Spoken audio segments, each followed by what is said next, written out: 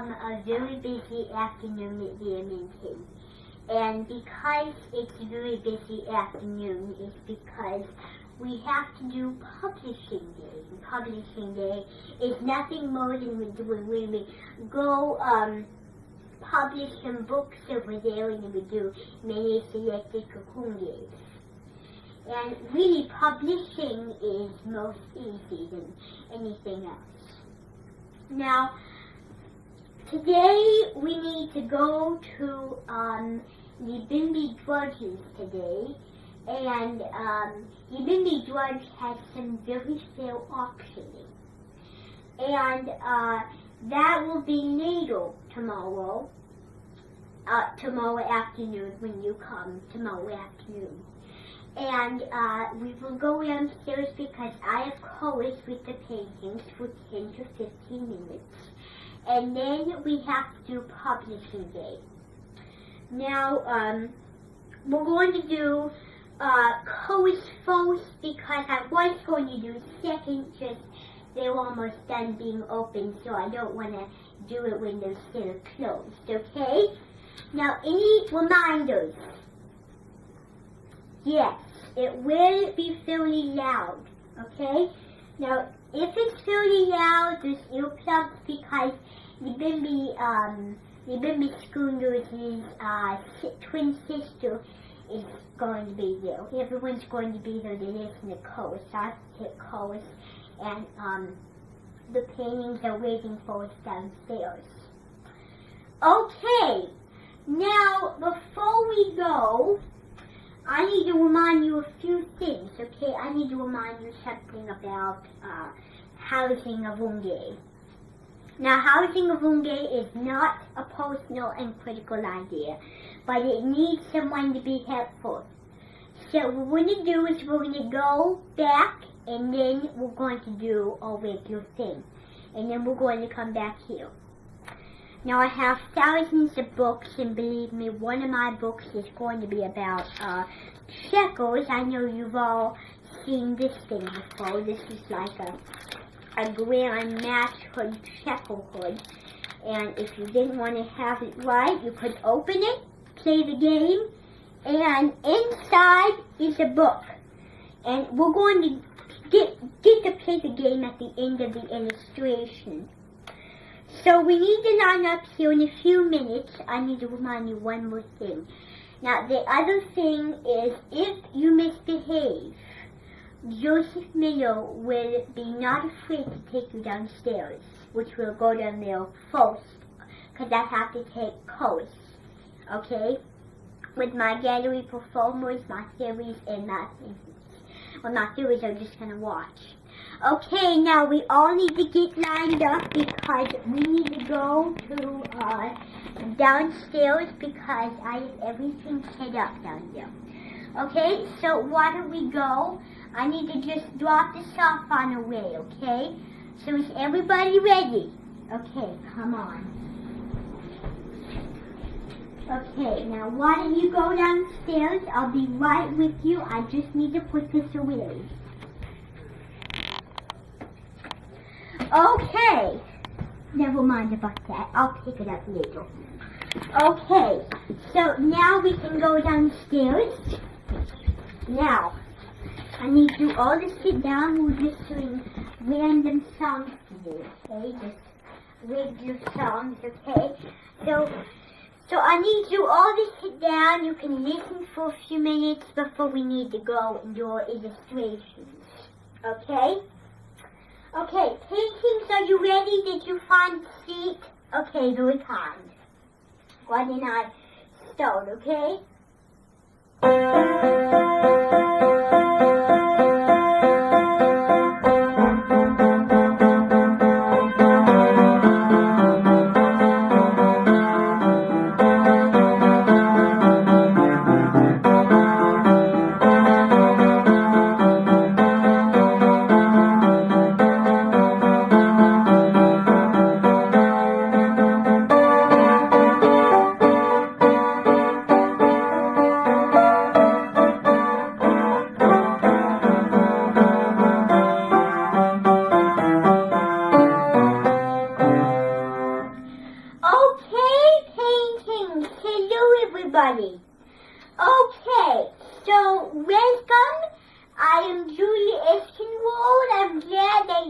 all welcoming today. I'm really happy that you're here with us today.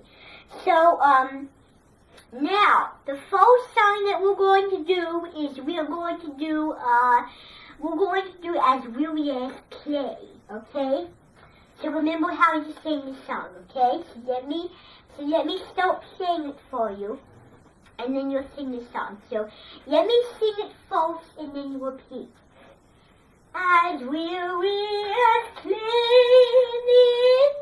in the time of the French, in the end, in the morning of peace, in the end, in a song where we set our feet, as weary as clay.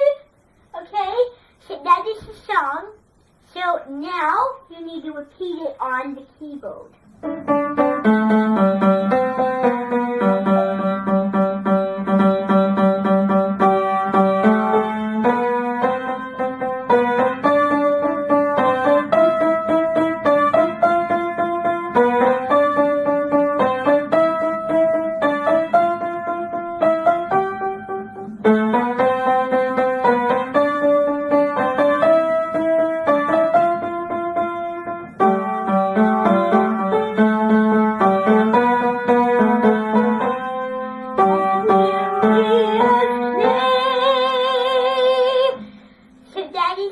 Now we're going to sing this slowly, okay? Okay.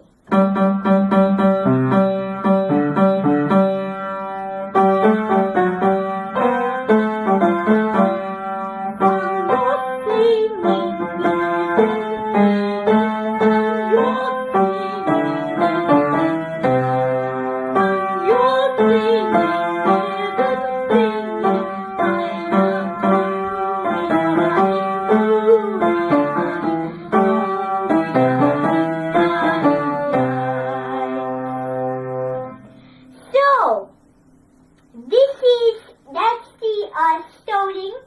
Now here I kind of change my accent.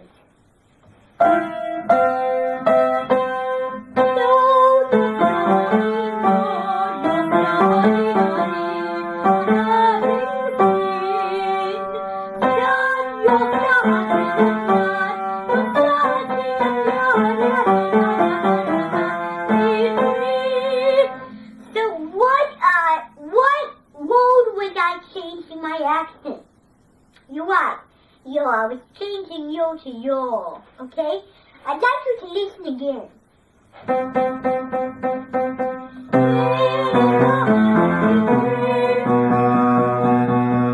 Okay, I don't think everybody was ready, okay? Okay.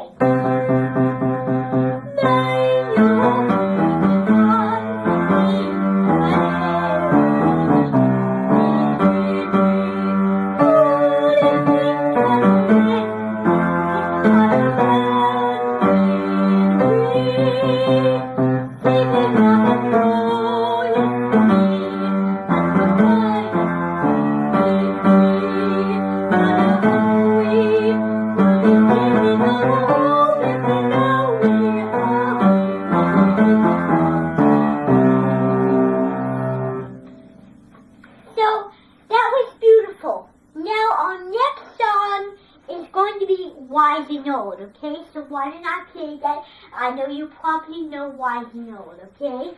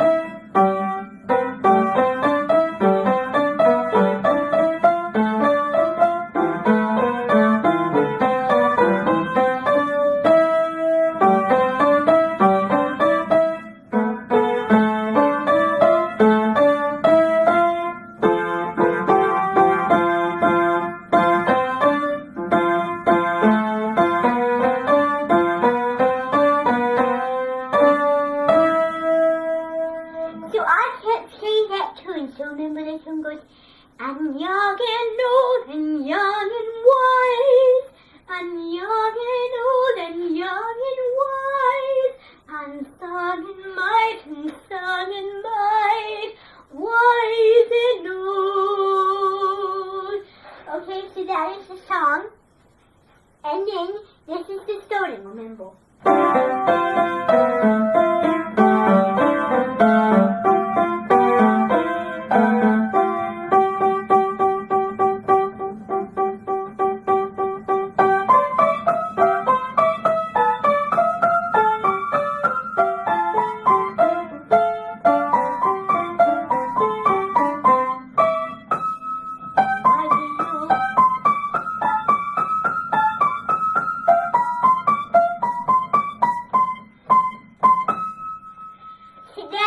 Another beautiful song that you could sing for many varieties of things. Now we have one more song to do before we need to go to the hallway. Now this song was written by the name of Il Frostini. And Il Frostini was a very famous composer. And he made a song called Cut and Come. Now, Cut and Come is really a name that people think is a latest name, but you're wrong. Okay, so here we go. So,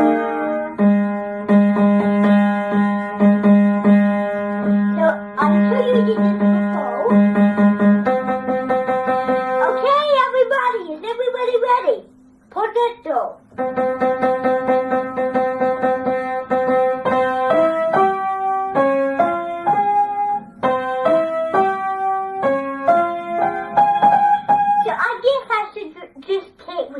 Hand because I can't play it with two hands.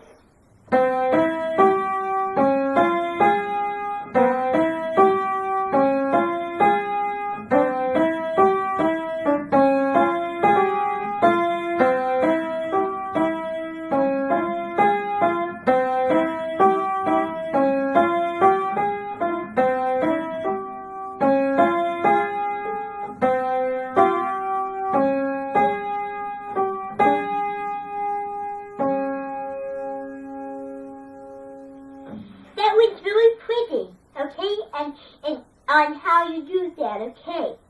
Now, we need to go to the hallway to start our illustrations, okay? Okay. So why don't we come this way? Now, are you all ready? Okay, I need you to be ready. This way, please.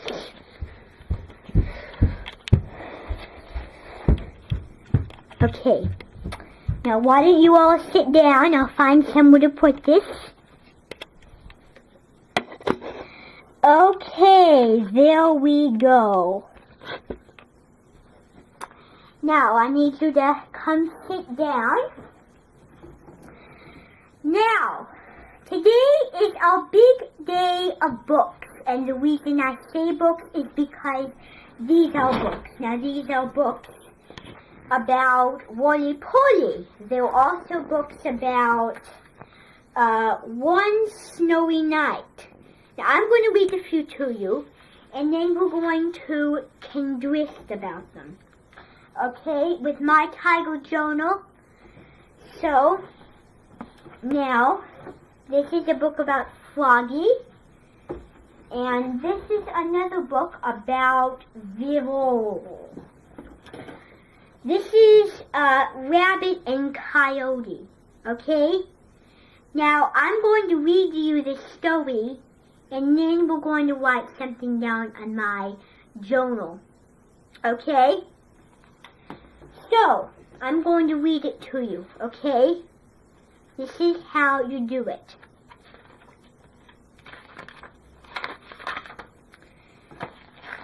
Okay. Rabbit and Coyote.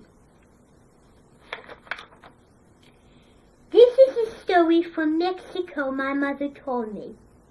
She heard it from her parents who came to this country as immigrants.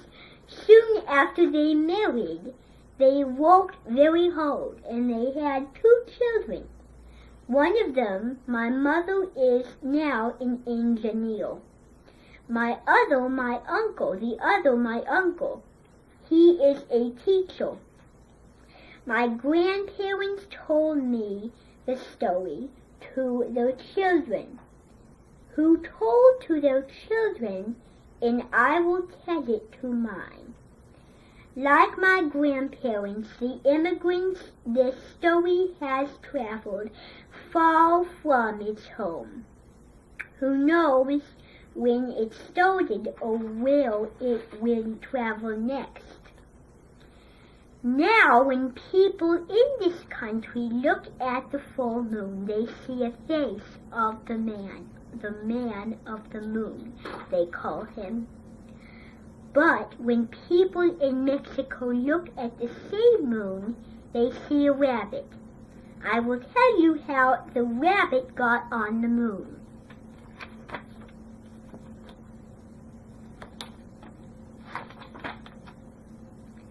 One night, the moon shone down on a field of chili peppers, and in that field of chilies was Rabbit eating the biggest and juiciest ones. Quadrilistros, how delicious, Rabbit said as he munched. Surely Bear grows the best chilies in all of Mexico. But Bear was very angry when he saw that someone had been eating his chilies. He was determined to catch the thief, so he decided that he'd set up a trap. He made a bear out of beeswax, which is very soft and sticky. He put the beeswax bale right beside a plant loaded with plump chilies. That evening, Rabbit returned to the field to get some more chilies for his supper. "Good evening, Bear," he said politely to the beeswax bale. "Do you mind sharing some of your fine chilies with me?" The bear didn't say anything. Rabbit said some other nice things to the bear as well. But no matter what he said or how often he said it, the beeswax bear stood there. It was as silent as a stone. Now, do you think a beeswax bear would talk? No, it wouldn't. Rabbit got very angry at the bear. Rubbness. Bear, I hate to say this, but your mother had taught you no manners. Or do you think you are too important to speak to me? He asked, pushing the bear's chest. His paw stuck fast. Quasapiso. It was a surprise. Rabbit had not expected this. He pushed the bear with his other paw, then with his two back feet. In no time at all, Rabbit was so stuck that he could hardly twitch his nose. In the morning, Bear went to his field. When he saw Rabbit, he said, "What a fine big rabbit you are, and what a wonderful meal you will make." Bear put Rabbit in a sack and carried him home over his shoulder. There he set a pot of water onto boil, throwing in some chilies and some potatoes. Then he went to tell his wife and his children to get ready for a feast. Now, I don't know if they're having dinner or breakfast. Let's find out. While Bear was gone, Coyote came by. As soon as Rabbit saw him, he got an idea. Before Coyote could say a word, Rabbit spoke up. "Coyote, you're inviting to a feast. Look, Bill and I had chilies and potatoes cooking in a pot. I am keeping the bread inside the sack warm. Why don't you take my place so I can come home to get my gavel? Then we would have good music as well as good food. Coyote gladly did as Rabbit suggested. He let Rabbit out of his sack and climbed in to take his place. Bill soon returned.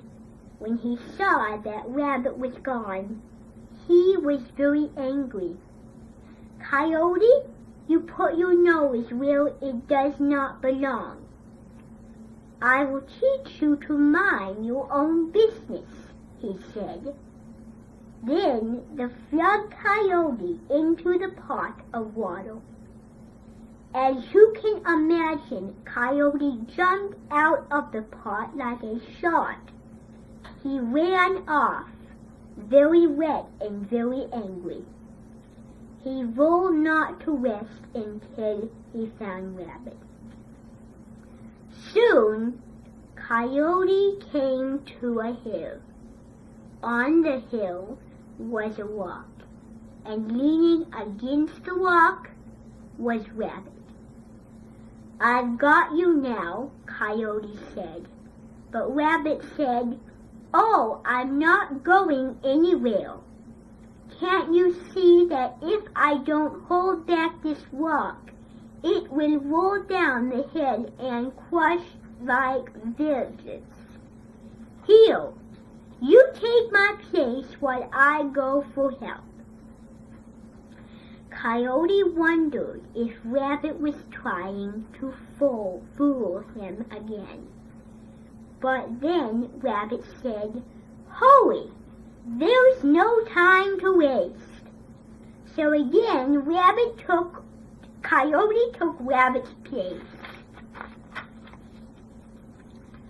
I didn't take Coyote long to realize that Rabbit had tricked him again. Off he went looking for Rabbit and looked until the sun sank from the sky. Now the full moon made the night almost as bright as the day. So Coyote had no trouble seeing Rabbit sitting on the shore of a lake. Hello, Coyote, said Rabbit as the angry Coyote approached him. I'm so sorry I made you angry. Let me make it up to you. Let's forget the past and be friends. Rabbit went on. I just collected a little bit of honey. I will share it with you. Coyote still had his doubts, but he was hungry, and the honey looked delicious.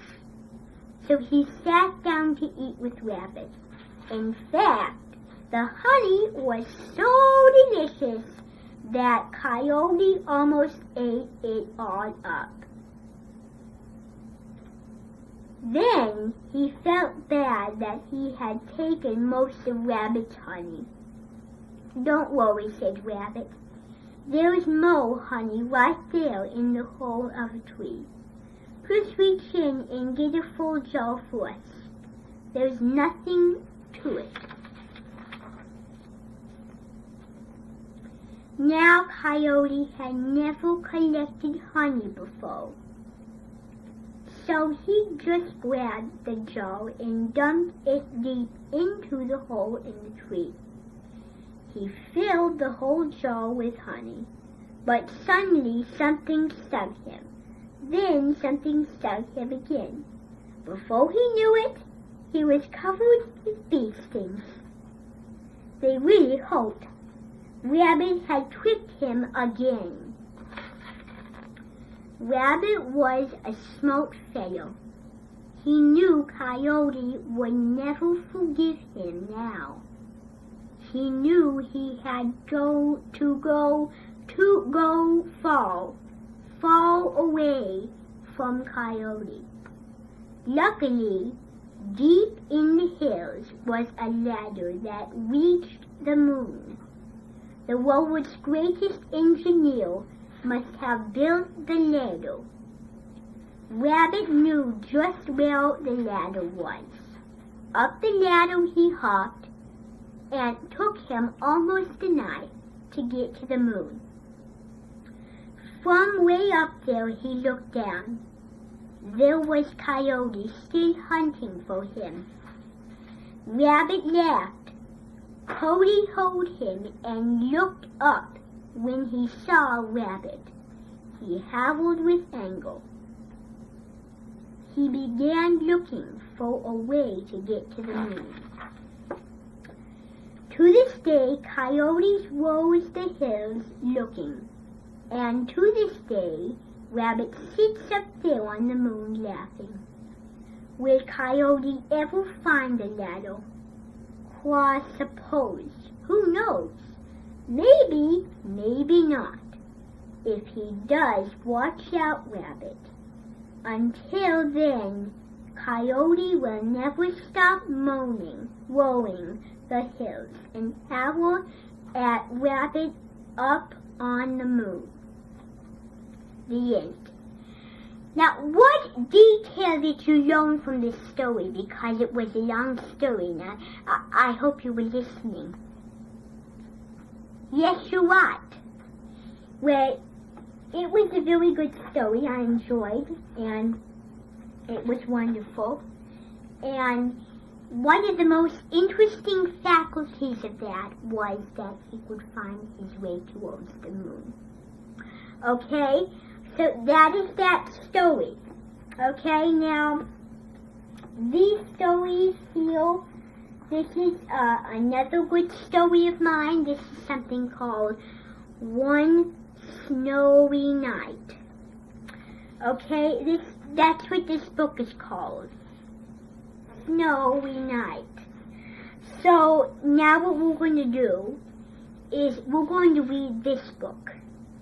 And this detail will tell you a little bit about the faculty enjoymencies of it. Because sometimes when you listen to books, you sometimes forget. Okay? This is something called One Snug Evening. One Snug Night. Okay, now, before we read this book, let's talk a little bit about the picture. Now, I'd like you to just feel this, because it is a piece of fabric with a hat. Okay? And the hat is on his head, of course, because it looks like it's on his head. Now, we're going to read this book, and I want you to enjoy yourselves when you're listening to the book, okay? Okay.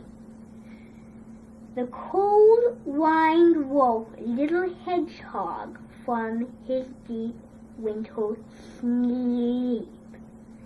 He blew his blanket of leaves high into the air, and he shivered in the snow. Suddenly, something fell from the sky. Now, we're going to stop there because what do you think fell from the sky? Yes, you're right. Now, really, on the front cover they have a hat, and that might fall from the sky, but let's find out. Thund. It was a present, and it had his name on it. Now, look at him. He looks excited, doesn't he, because the present came down from the sky. Inside was a red woolly hat, hedgehog size. Now, we knew that was coming in the present, okay? And look, it's hedgehog size. Now, if I was in there, it wouldn't probably fit me. Okay. He put it on at once. He pulled it to the back and to the front, to one side and the other. But the prickles got in the way every time. Now the heart was stretched too big for a little hedgehog. He wrapped it up again, tore a piece of the label, and wrote to the rest. Then off he ran to Rabbit's house. Now, what do you think? What feelings do you think? How does he feel about what he just did? Well, I wouldn't call it terrible. Okay, well, he was very upset because if you're looking for a perfect hat, you need to look for one that fits you, and this didn't. He was not being a very good citizen when he was doing that. He wrapped it up again, tore a piece of the label, and wrote to the rest. Then off he went to Rabbit's house. Rabbit was out, so he left the present on the doorstep. It was snowing hard as little Hedgehog tried to find his way back home. So, what do you think, what is he going to do when he gets home? Do you know? Yes, he's going to call his friend Rabbit wherever he is, probably. Rabbit squeaked with delight when he saw the present. "A woolly hat," he cried, "for me." So, now he got the present. And so what is he going to find out after he got the present? Yes, you're right. Now he's going to find out that he stole his present, and the hedgehog would get mad at him probably. He tried the hat on with his ears inside, then outside. He pulled it this way and that way, but his ears got in the way every time. By now, the hat was too far big for Rabbit, so he took it to Bulger. So now it's not going to fit Bulger right, because you're taking it to so many places and you want to look for the perfect one, don't they? What about that Bulger? He looking in the mirror? Very nice, said Rabbit. What did you say? Asked Bulger. Very nice, yelled Rabbit, hopping off. So now he is admiring himself, but I hope he doesn't be vain about himself. Let's be careful when you're looking in the mirror. Don't you like it? Asked Bulger, twirling around, but Rabbit had gone. I can use this hat, Bulger said. I can heal a thing. So Bulger wrapped up the present and munched off for Fox's house. So that kind of confuses me. Do you think he's happy or sad or not complaining about the hat? We'll find out. Fox was going out exploring. What's this? He asked. Bulger grumpily. A Christmas present. Why would I want a Christmas present? But when Fox saw that cozy red hat, he made 2 holes in his ears and put them on. Pleased, he went on his way. So he's pleased about the hat. He's not complaining about how big or small it is. The fields twinkled in the moonlight. Fox followed a small trail, this way and that way, until suddenly it stopped. There was something under the snow. So, what do you think was under the snow? Wait, it couldn't have been the hat because the hat was, he had the hat on. So it may be rabbit or fox. Let's find out. Fox dug and dug. Now, I'm lying about that. Fox dug and dug until he found a small hedgehog. We have the mystery. It was cold and did not move. Poor little fellow, said Fox. He put the hedgehog inside his woolly hat and carried it to Rabbit's house. So, he's taking him to Rabbit's house because the hedgehog doesn't know where he's going because he didn't ask for instructions. Rabbit and Bogle were having supper. Look what I found in the snow, cried Fox, bursting in.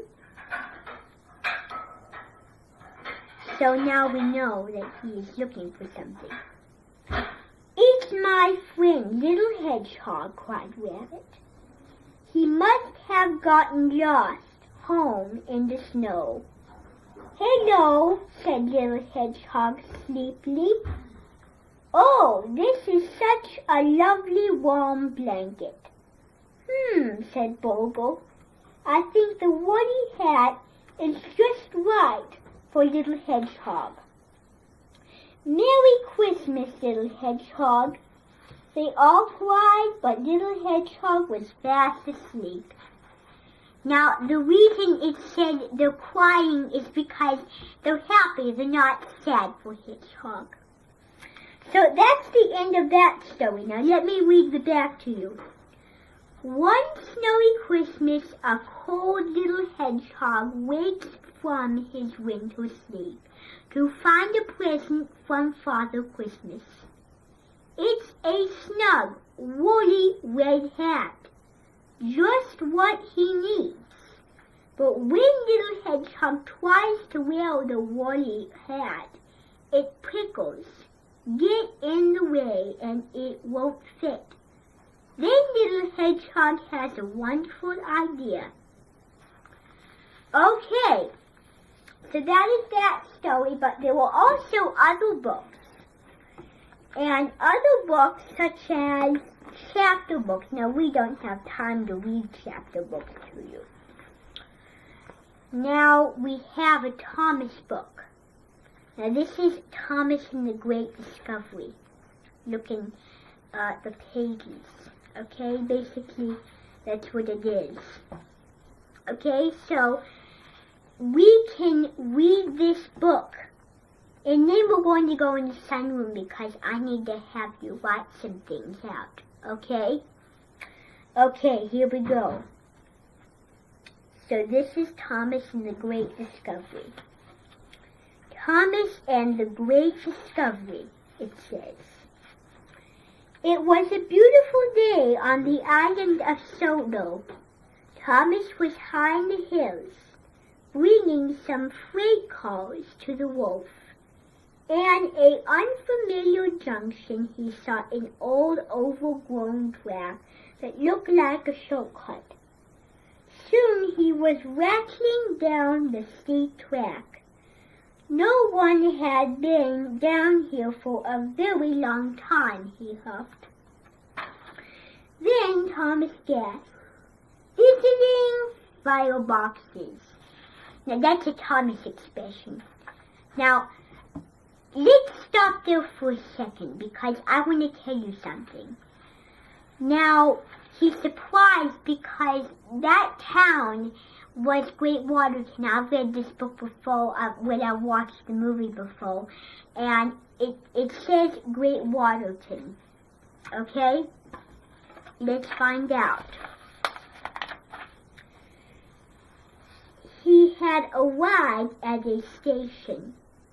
It too was overgrown, twisty, and very old. There was crumbling platforms, and the station building was covered in ivy. Thomas had never seen such an amazing sight. What a funny place to have a station, he peeped, and looked around some more. There are so many buildings. It looks like an old town, he cried. I cannot wait to tell everybody about this. So that's basically his discovery. Okay, let's find out. So Thomas bumped and bashed along the old track and finally made his way down to the wharf. The next day, the news of Thomas' discovery was all over Sodo.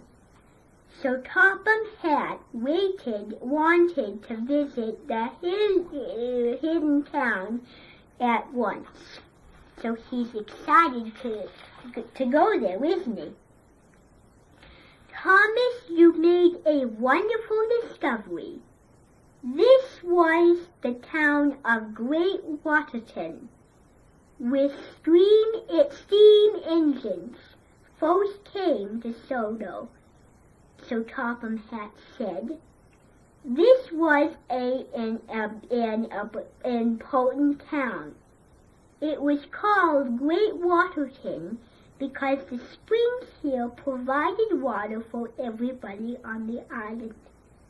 Why does no one live here now? Thomas puzzled.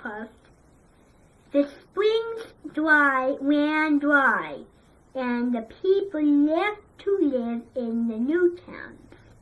The maps were lost. Everybody thought the towns of Great Waterton were lost forever too. But now it is found, shrilled Thomas. And if we work hard, asked Topham Hatt, we can have a restoration of the town on Sodo Day. In no time, all of Thomas Sodo was working hard and to fix the Great Waterton, because Thomas had discovered the town. So Topham Hatt put in his change of all the repair work. It was also Thomas' responsibility to explore all the old tracks around Great Waterton. Thomas liked checking old lines, and he liked being engaged. He wanted to show everybody it could do anything. So that's basically what his discovery was and what he did. Okay, so if Thomas's discovery wasn't working out, then he wouldn't have to go there. But now he did. Okay, so now we need to go back and we need to get all our books that we did today. Okay? And we need to go back. Now, what we're going to do when we go back is we're going to write some predictions on the whiteboard, okay? So why don't we go back? Okay? So, I need you to come with me, please. And when we go back, we're going to sit down, everybody, and we're going to make some predictions. So let me sit this down and put this up here. Okay,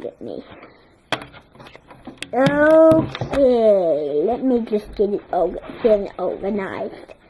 So, now what we can do is we can start making our predictions. Okay, so now what we're going to do is we're going to start out making predictions about the book. Wait, we already read it, and now we're going to do whatever we need. So we're going to write about what these books that we just read in the other room were about. So why don't I go grab a pen? Oh, there it is. Okay. And now we're going to write about what these books were about. Okay? So this is called One Snowy Night. We're going to start with One Snowy Night. So we're going to label our pages. Let me just go label our pages. And put One Snowy Night. One Snowy Night. Okay, so what was the main idea? Yes, the woolly red hat. And what was it also about? Ah ha ha! The little hedgehog. Little hedgehog. And what's the other one about? Trying to fit it.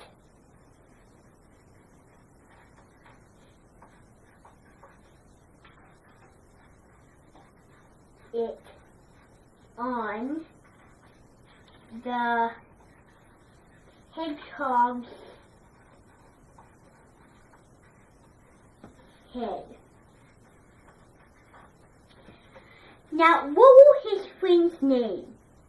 Okay, Bogo was one of them.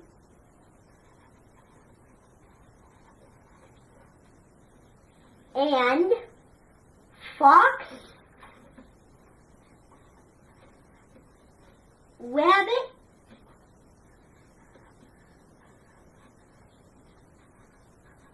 and finally,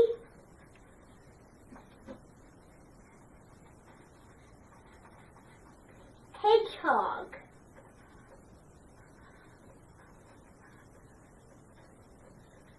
Okay, so that explains a little bit about our story.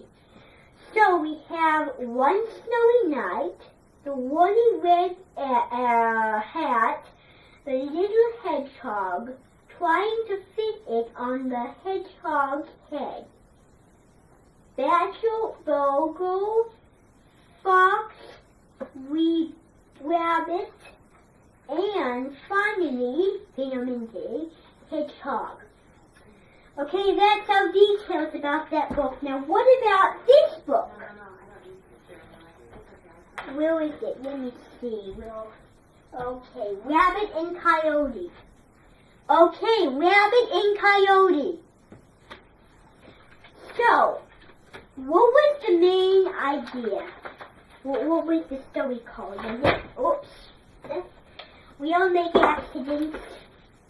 Okay, let me turn to a different page so I can... Okay, Rabbit and Coyote. Coyote.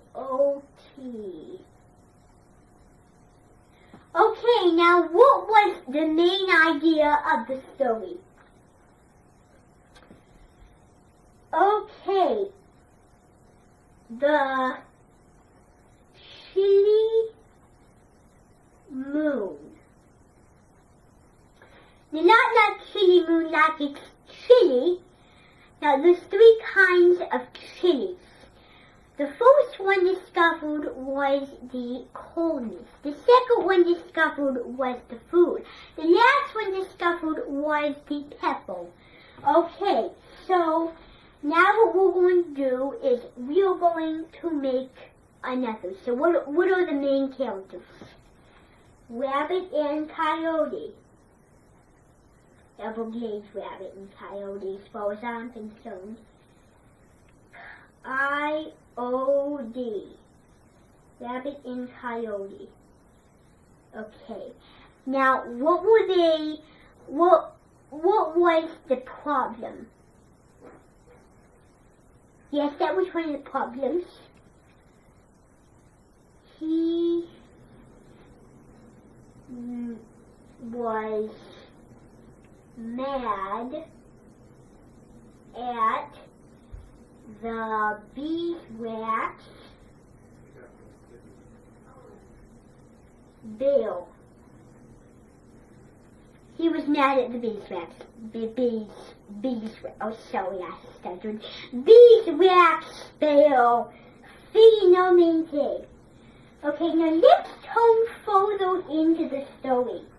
And let's find out what happened. Yes, you're correct. He was covered in bee stings. Covered in bee stings.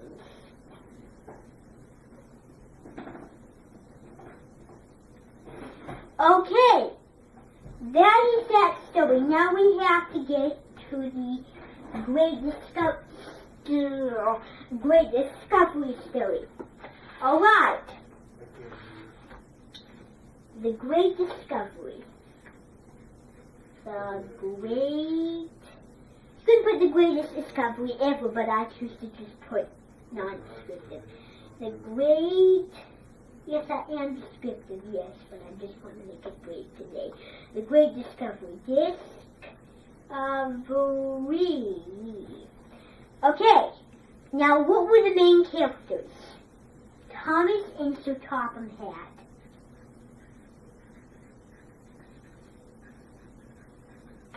So, Topham Hatt. Okay! Now, what was the discovery? The town of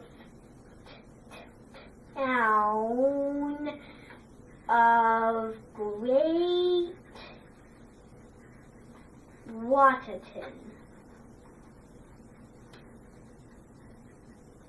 Great Waterton. And what was the main idea?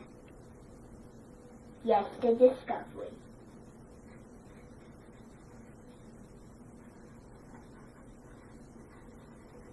That's an easy one. And that's all there is. What was the problem? It was overgrown. It was overgrown. Okay.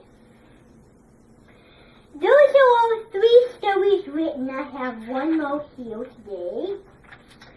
And what we need to do, I have the next one somewhere. We need to read one more story. Okay? We need to read one more story. So why don't we come here? Okay, let me just get the darn camera. There we go. Okay, is everybody ready? Okay, are we ready to go? Alright, let's go back.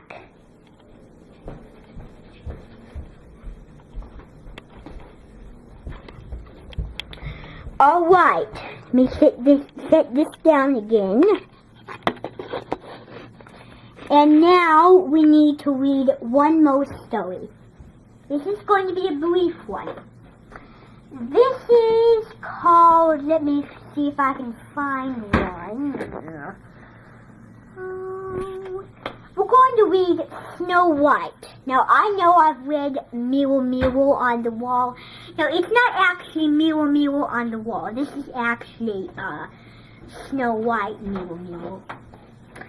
So, this is the real Snow White. And I will show you the pictures. And, like every other person, I have Snow White at the Dimension, don't I? Okay, let's read it. Mirror, Mirror, the movie storybook. Now, she's coming back for Christmas. Once there lived a princess named Snow White. She was good and kind, and her father, the king, loved her very much. But the king also loved Snow White's stepmother.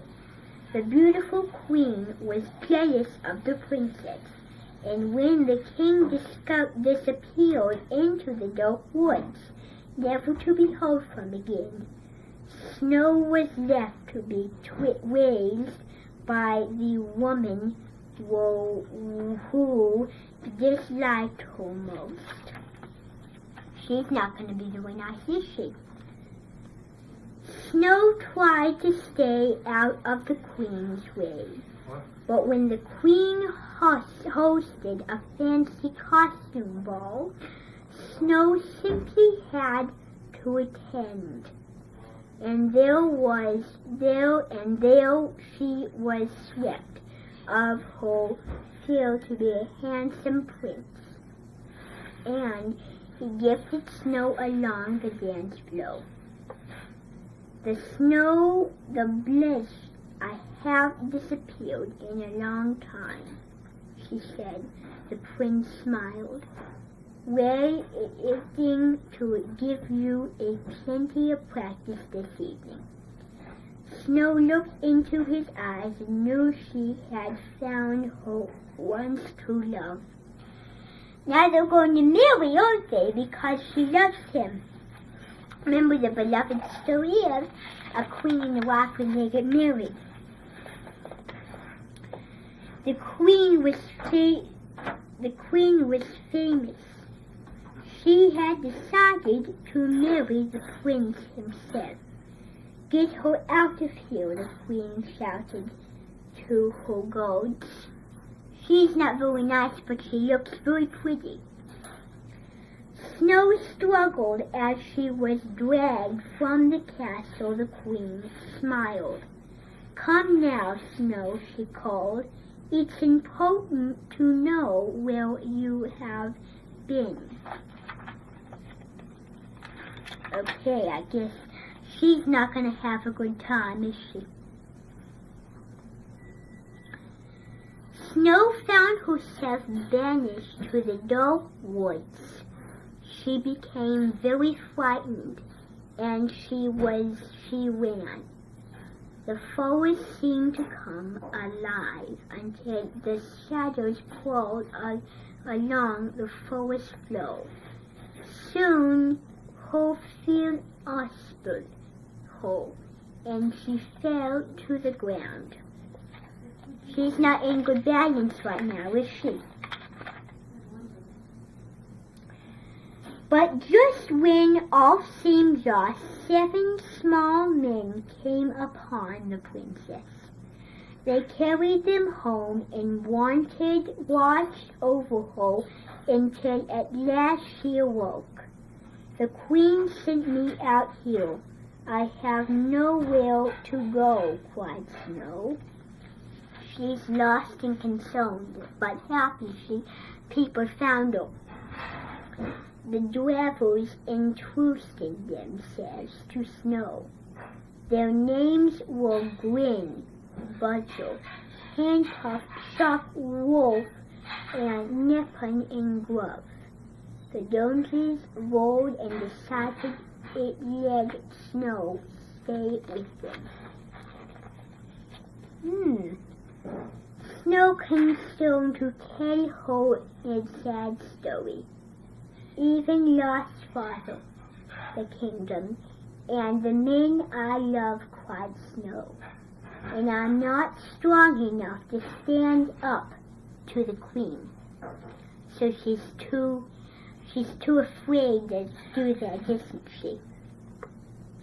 The dwarf named Grin looked at finally in the eye. People say you can be tall if you short, that we can't be strong if we're not. But a weakness is only a weakness if you think of it that way. Snow smiled. Perhaps you are right.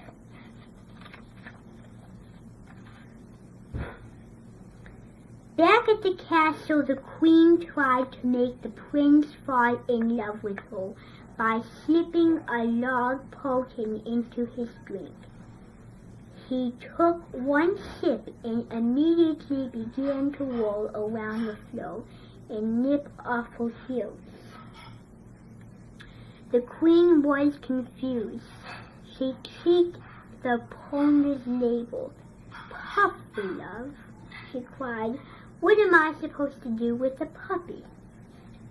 She's concerned, but look how beautiful she looks. A few days later, the dravers returned home from a hunt with some big news.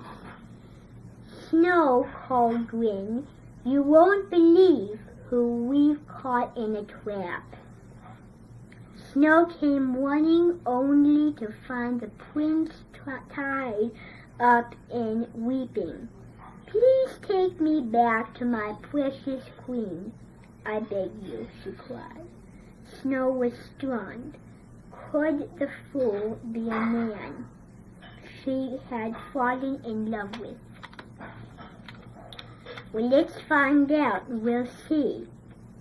Grin shook his head. He must be under some kind of spell. "Does anyone know how to break a spell?" asked Snow. The drivers tried everywhere they could think of, but nothing worked until Nippon had an idea. "I don't know why I didn't think of it before. And napping, the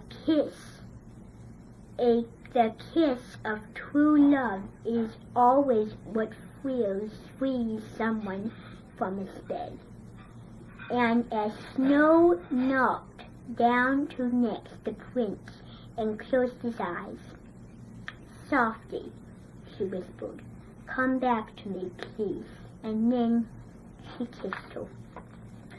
Okay, so that's the love story of Mirror Mirror, the movie storybook. So that is basically it. I hope you had a wonderful time doing it today. And we will get to the prediction real quick. Okay, so we will get the prediction tomorrow. Okay? Okay. So why don't we come this way, okay? Are you ready? Okay. Why don't you do this? Okay. I really enjoyed. And now we have to go, okay? So, I hope you had a really good time. And I'll see you tomorrow. Okay? So why don't you go out? And I hope you enjoyed yourselves today. Okay, Wound. And that is my invention of my wonderful illustration passage. And until I see you in the guts again, I'm Julie Eskinwall. Wound.